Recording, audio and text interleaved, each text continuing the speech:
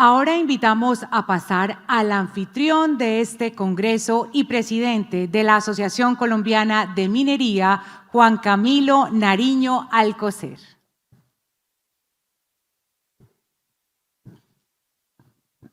Gracias, un saludo, ministro especial. Me alegra de verdad tenerlo acá después de tanto tiempo de no estar reunidos en un salón como este. Un saludo igualmente al presidente de nuestro consejo directivo, el doctor José Ignacio Noguera, al vicepresidente Jamir González, a todos los miembros del consejo directivo que nos acompañan, por supuesto, igualmente un saludo a todos los afiliados que se han hecho un esfuerzo importante para estar aquí con nosotros. Un saludo, viceministra, gracias por acompañarnos y por las muchas horas de conversaciones que tenemos permanentemente. Querido Juan Miguel, un saludo también especial para usted. Estimados senadores, aquí veo algunos de ustedes, gracias por acompañarnos, y representantes a la Cámara, que veo también varios, todos amigos de esta casa con los cuales tenemos conversaciones honestas, tranquilas, sobre el futuro del sector. Creo que, senadores y representantes, esas conversaciones que hemos adelantado, en particular en relación con el carbón en estas últimas coyunturas, demuestran las conversaciones que deben tener el país, siempre pensando un poco, sobre todo, en la gente. Estimados igualmente alcaldes de los municipios, de 22 municipios mineros que nos acompañan, ustedes son parte esencial de la conversación minera y del desarrollo minero del país, así que estoy muy complacido de que estén acá acompañándonos.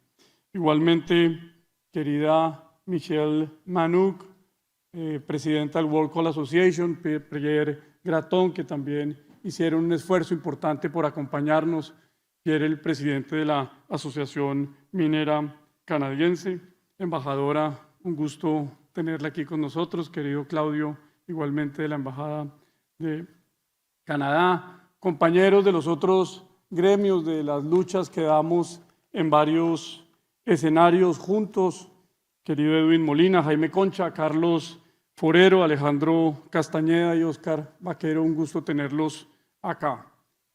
Permítanme, como decía un poco desde el inicio, pasar estos minutos que restan de la presentación hablando sobre eso, los 2.5 años de lo que ha pasado en el país, de lo que ha pasado en el mundo desde que no nos vemos, y cómo eso que ha pasado tiene una enorme repercusión en la industria minera, por supuesto, del mundo, pero también en la industria minera colombiana. Los que estuvimos aquí hace 2 años y medio y estamos otra vez acá, no somos los mismos.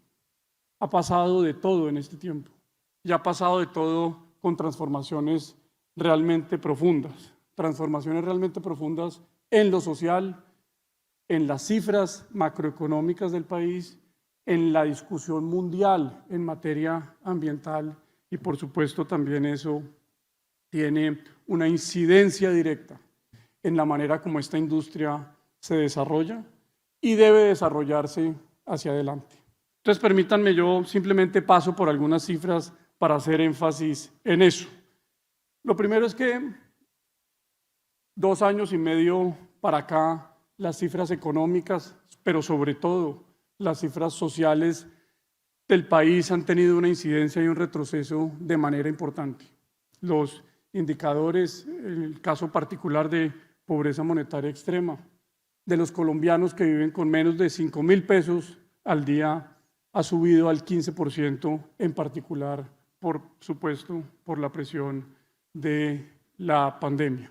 Y cuando uno mira en materia de desigualdad, por supuesto también estas dinámicas económicas de los 2 últimos años ha tenido una incidencia profunda en la desigualdad del país.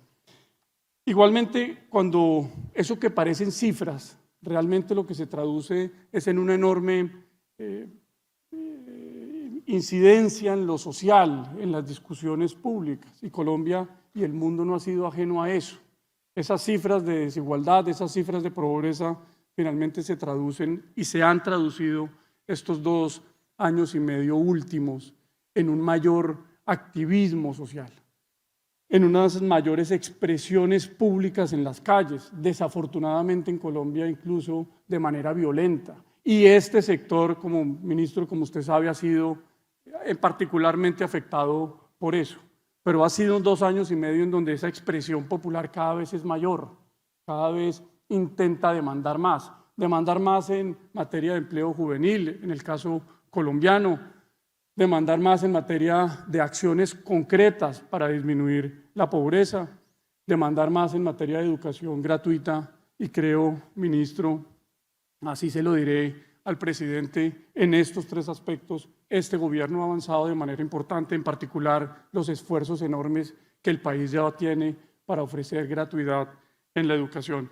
Y esto no ha sucedido solo en Colombia, esto en Chile hoy están en la mitad de una discusión para una nueva constitución. En Perú ha sido cambios drásticos en materia del devenir político de los peruanos.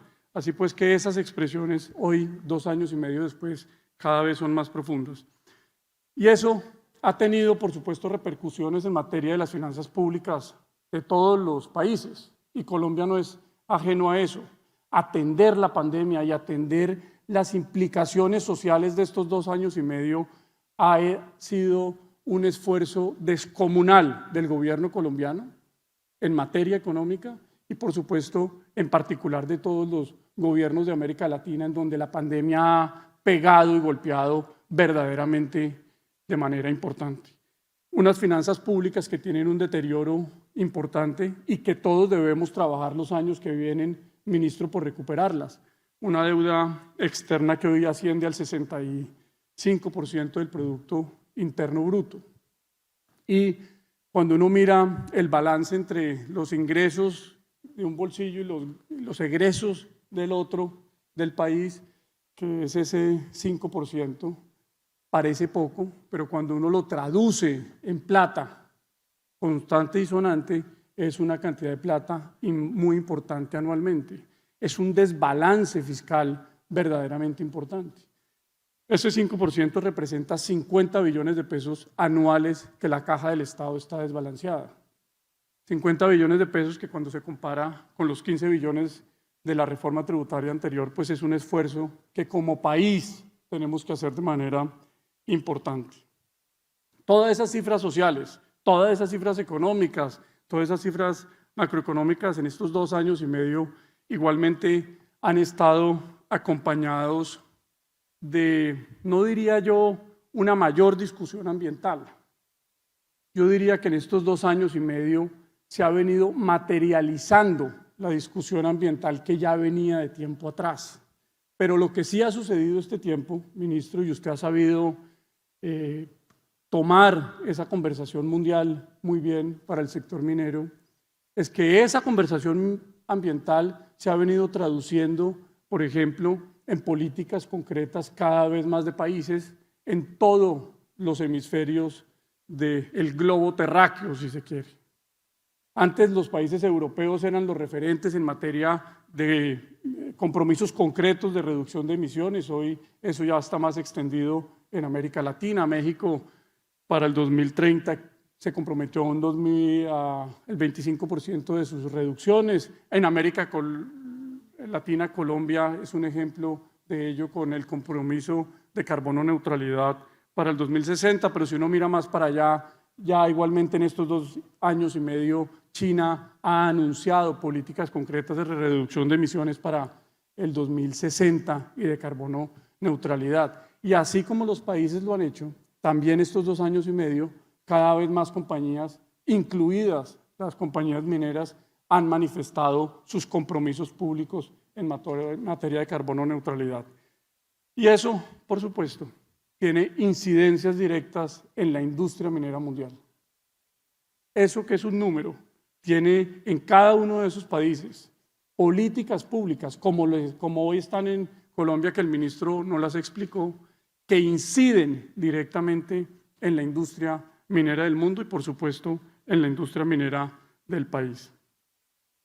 Todo eso además acompañado estos 2 años y medio en una conversación mucho más profunda, mucho más arraigada de los temas locales, del desarrollo local. Este premio Nobel del 98 lo dijo hace mucho tiempo, el desarrollo es con la gente o no lo es, y la minería es inherente al territorio. La minería no se puede concebir sin la concepción territorial y sin la concepción del desarrollo conjunto desde el territorio.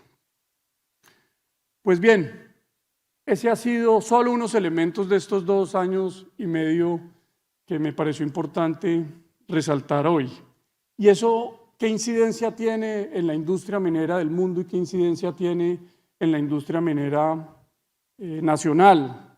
Unos años de enorme incertidumbre, unos meses de enorme inseguridad y de enormes presiones para todos, y sobre todo presiones en la discusión pública. Pues estoy un convencido que eso lo único que está generando, como el ministro lo mencionó, son oportunidades para nosotros, oportunidades para el sector. Y permítanme, yo describo esas oportunidades un poco hablando de cada uno de los minerales del país. No voy a, por supuesto, a mencionar todos ni su producción, pero quiero hacer énfasis en algunos de ellos y por qué esta transición de la discusión pública de las cifras tiene oportunidades para el sector minero. Lo primero es en materia de minería metálica. La conversación ambiental en el mundo, la conversación ambiental en relación con la minería, siempre han sido conversaciones que muchos creen que son distantes, que incluso algunos consideran, por supuesto en este salón, que la minería incluso es el verdugo del medio ambiente. Y esas conversaciones ambientales siempre, tanto ellos, más ellos, ese mundo de lo ambiental se aproximaba a la minería como con recelo, como mirándonos por un lado a ver cómo se maneja esto. Pues bien, estos 2 años y medio, sobre todo en materia de minería metálica, lo que ha mostrado y nos ha mostrado a todos es que ese mundo más verde, esa ilusión de un mundo más sostenible, solo es posible con más minería. Y eso ha generado balances importantes en la discusión pública mundial, ambiental y, por supuesto, en la discusión pública ambiental en lo local, que entre otras considero la estamos llevando entre todos, pero sobre todo muchos, a un lugar que no termina, ministro, por cuidar el ambiente, por sembrar más árboles y, por supuesto, por sembrar más cuencas. En minería metálica, pues, la demanda mundial de minerales, el ministro ya la describió ampliamente, pero déjenme yo tomo 3 elementos en la minería metálica del país. El primero de ellos, ese 7% de cobre, que se ve ínfimo, se ve diminuto en relación con el 540% que va a crecer la demanda de litio para el 2050, o la de cobalto, 460%. Ese 7% significa un esfuerzo mundial en la producción de cobre gigantesco. Ese 7% implica que el mundo para el 2050 va a demandar 29 millones de toneladas de cobre adicionales cada año. Eso es como si la mina de cobre tendríamos que multiplicar por 29 hoy, la mina de cobre más grande del mundo, que a la siguiente en producción le lleva 400.000 onzas en producción y que no hemos encontrado minas similares en las últimas décadas. Y así es el esfuerzo y la magnitud de esto. Y sin eso no puede haber un mundo más verde y una discusión de la sostenibilidad más tranquila. Y acá, ministro, por supuesto, creo que esa necesidad y esa oportunidad, con el compromiso firme de este sector de, por supuesto, hacerlo con los más altos estándares, creo que ahí tenemos en estos 8 meses que faltan un esfuerzo por hacer de manera importante. En la minería yo me he venido dando cuenta, no sé si ustedes también, que el tiempo no es lineal, que una decisión que se aplaza un poco se multiplica en el tiempo y termina afectando en tiempo mucho más allá. Es como si se multiplicara el tiempo. De tal manera que estos 8 meses, ministro, son fundamentales para que las instituciones, las autoridades administrativas del orden nacional, ambientales, tomen las decisiones en relación con el cobre colombiano. Si eso no se hace, esa producción de cobre pequeña de 10.000 toneladas que hoy tiene el país, que entre otras debemos entre todos rodearla, debemos entre todos cubrirla, sobre todo en el departamento del Chocó, esas 10.000 toneladas no las vamos a poder multiplicar, no van a poder llegar las inversiones este 2022 y no vamos a poder tener como país una producción importante de cobre en los siguientes 4 años. Si eso no se toma en estos 8 meses, esas decisiones, la producción de cobre del país va a estar comprometida por lo menos 15 años en adelante. Y en esta transición, en esta demanda, por supuesto, en el mundo de ese mineral, creo que es necesario nosotros como país empezar a producirlo y no ser importadores del mismo. Y en esto creo que hay que hacer reflexiones entre todos. Mientras en los últimos 20 años en Perú y en Chile, en promedio han construido y puesto en operación una mina al año de minería metálica. En Colombia, en estos últimos 20 años, a lo sumo hemos podido poner en funcionamiento 3. Lo segundo que quiero resaltar en esto, y es como el ministro lo dijo, viceministra, usted creo que somos unos abanderados de esto desde el inicio, y es que para que exista más minería, para suplir esas demandas futuras, pues necesitamos explorar y necesitamos sentirnos orgullosos no del potencial geológico colombiano, sino de la certeza geológica del territorio colombiano.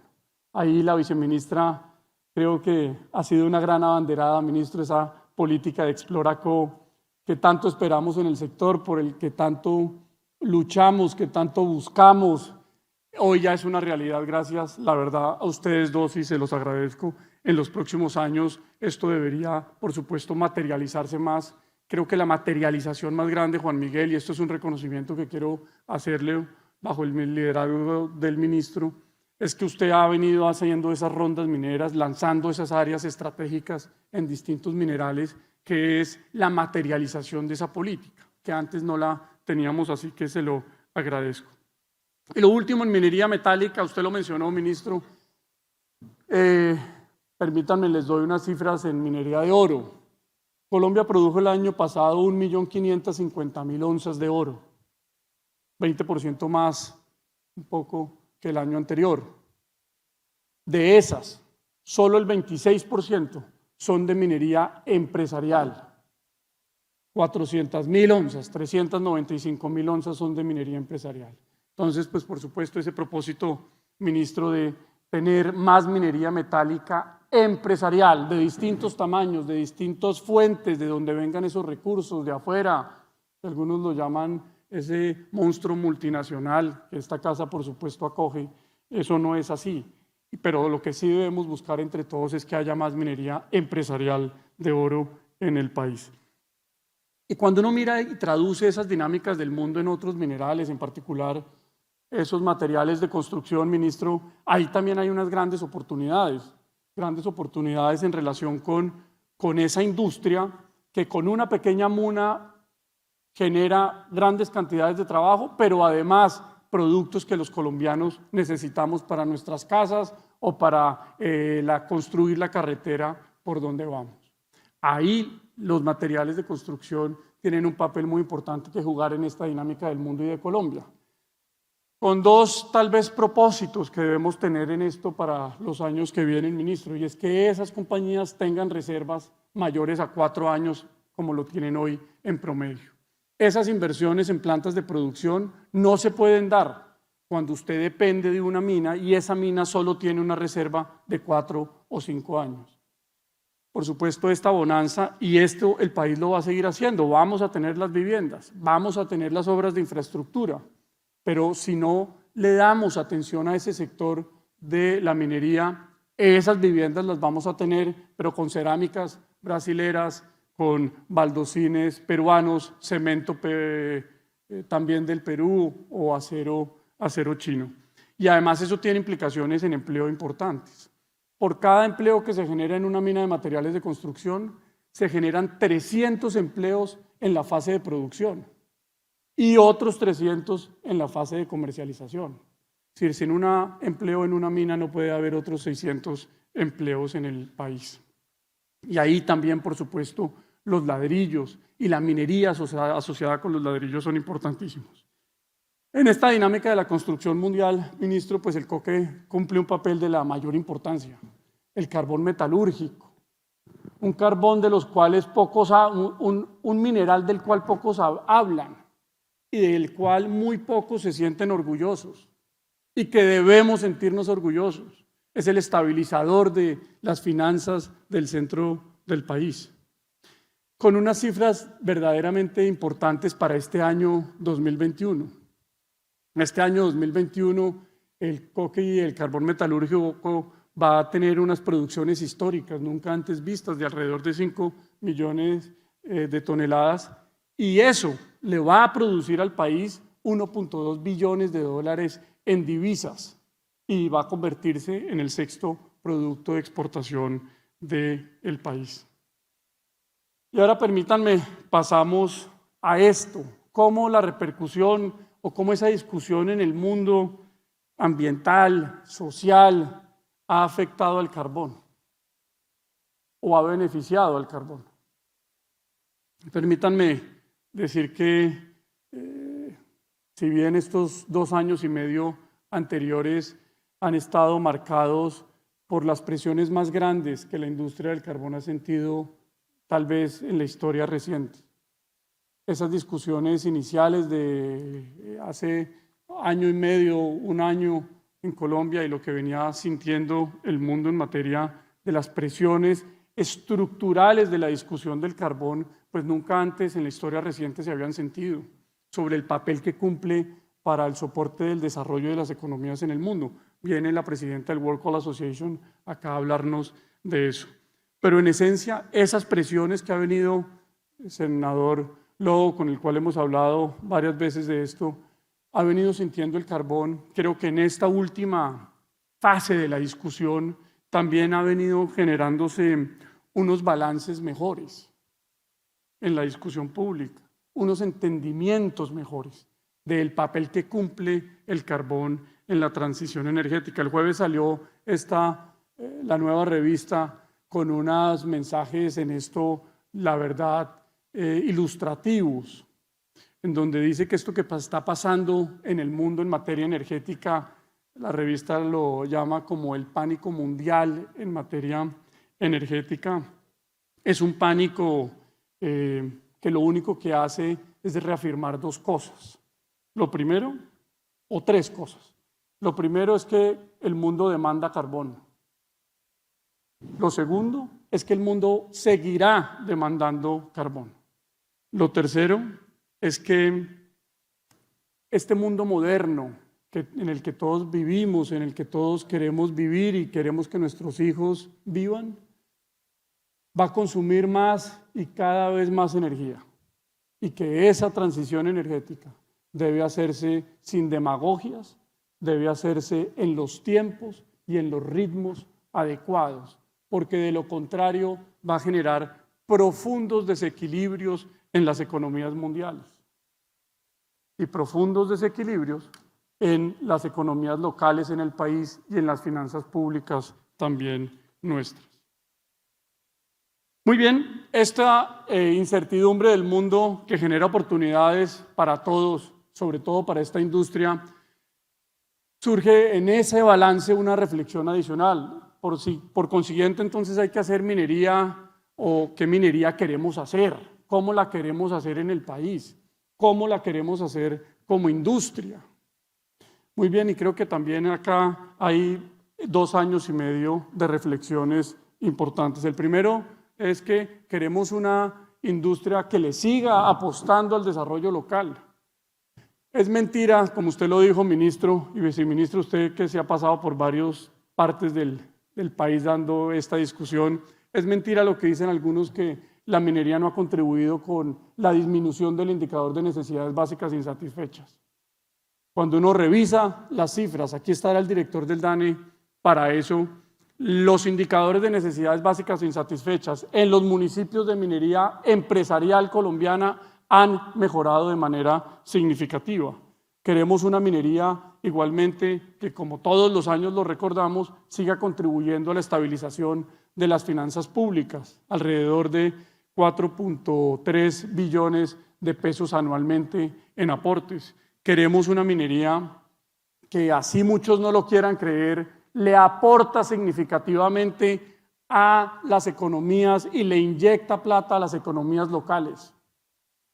Hemos hecho un esfuerzo como asociación por recopilar las cifras del sector, ministro, y a mí no me dejan de sorprender, ninguna de ellas me ha dejado de sorprender.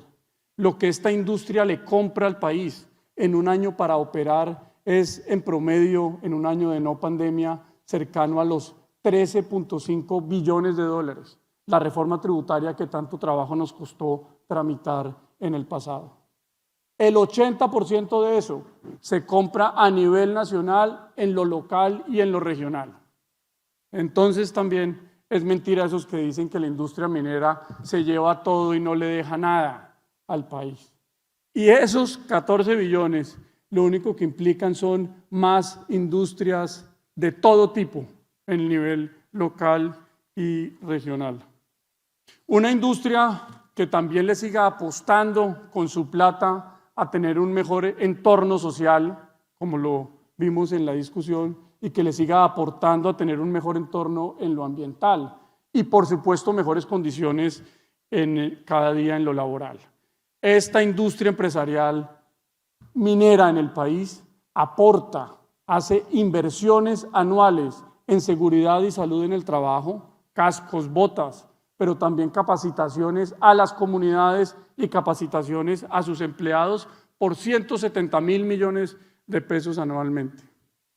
Esta industria hace una inversión social en lo obligatorio y lo no obligatorio de 165.000 millones de pesos anuales, y en materia ambiental una cifra que es verdaderamente importante para el territorio de 320.000 millones de pesos. 50% de eso obligatorio y lo otro 50% es en inversiones ambientales voluntarias. Ustedes verán por ahí una cosa que hemos llamado el contador ambiental, ministro. En las pantallas de afuera les pido el favor ahora que lo revisen. Y es un esfuerzo para mostrarle a los colombianos lo que esta industria ha hecho en materia ambiental, en una parte de lo ambiental. Verán allá que del año 2018 a este año, ministro, esta industria ha sembrado 6.8 millones de árboles, de los 12.6 que ha sembrado la totalidad del sector empresarial colombiano. Y así, pues esas cifras agregadas de lo que ha hecho la industria son importantes. Pero también creo que es importante no solamente consolidar eso que se ha hecho, sino ver hacia adelante la manera como debemos balancear este debate público como industria y seguir construyendo hacia adelante una industria mucho más sólida y firme en los aspectos, por supuesto, que demanda esa discusión pública mundial. Y el primero de ellos son los estándares, como usted lo mencionó. Esta industria tiene una apuesta seria, poniendo la carne en el asador. Vamos a lanzarlo con usted, ministro, y con el presidente mañana, y con el presidente del gremio canadiense, la implementación de esta industria, senadores, de los estándares de autorregulación de la industria minera. Yo diría en los 9 procesos más críticos que la industria minera tiene. De tal forma que ustedes en la discusión en lo local y los señores alcaldes en la discusión en lo local ya tendrán herramientas para, por ejemplo, discutir cuando digan que la minería consume mucha agua. Bueno, vamos a tener un estándar de autorregulación en materia del manejo y uso eficiente del agua, en materia de prevención de la biodiversidad, un estándar de cambio climático, de manejo de relaves, senador Lobo, de cierre de minas, de relacionamiento con comunidades indígenas y grupos étnicos, comunicaciones y manejo de crisis, y así en 9 procesos más críticos. Yo no, en mi memoria no tengo de pronto un sector económico que haya dado una muestra de autorregulación tan firme como esto que estamos iniciando como sector en este momento. Igualmente, una apuesta al cambio climático en los próximos años de manera importante. Nuestra meta es tener 2 de cada 3 compañías con planes de mitigación para el cambio climático y adaptación. Igualmente, usted, ministro, ya hizo el reconocimiento de las compañías Cerro Matoso, Drummond, Minas La Margarita, Sumo Reliance, que ha venido también trabajando en esta materia de manera importante. Una industria que también tiene un compromiso firme con la generación de empleo juvenil y, por supuesto, con la equidad de género y con el fortalecimiento empresarial. Esos 14 billones de pesos, todas estas compañías vamos a seguir fortaleciendo la generación de empleo en lo local y de industrias en lo local. Pues bien, termino diciéndoles que esos 2 años y medio, tal vez de incertidumbres, de tiempos difíciles, mi aproximación a ellos en la industria es de optimismo, y de un optimismo porque ha generado eso, discusión mundial, esas presiones mundiales sociales, balances y equilibrios en relación con la industria minera. Y esos balances representan oportunidades que solo se deben materializar con una industria que, como dije, ponga la carne en el asador, se comprometa, como lo estamos haciendo, a hacer las cosas bien y cada vez mejor, con aportes significativos para el desarrollo social, pero sobre todo para ese mundo más verde que entre todos queremos construir. Así que muchas gracias.